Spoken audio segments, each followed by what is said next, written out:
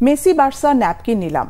মালিকানা নিয়ে দ্বন্দ্বে মাস দুয়েক আগে স্থগিত হয়ে গিয়েছিল নিলাম। বার্সেলোনার সঙ্গে লিওনেল মেসির চুক্তির বিখ্যাত সেই ন্যাপকিন পেপার নিলাম অবশেষে শুরু হয়েছে, যার মূল্য 3 থেকে 5 লাখ পাউন্ড হতে পারে বলে ধারণা করা হচ্ছে।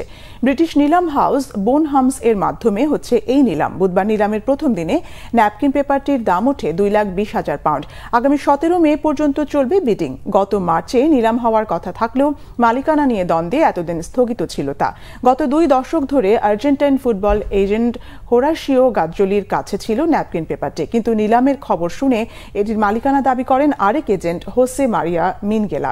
2000 সালের সেপ্টেম্বরে ট্রায়ালের জন্য পরিবারের সঙ্গে বার্সেলোনায় যান মেসি।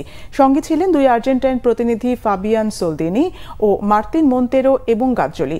ট্রায়ালে 13 বছরের মেসি সবাইকে চমকে দিলেও সেই সময়ের বার্সেলোনা সভাপতি হুয়ান গার্সপাত হারমনজনিত সমস্যায় জনিত ভোগায় মেসির সঙ্গে চুক্তিতে যাওয়ার ঝুঁকিপূর্ণ মনে করেছিলেন।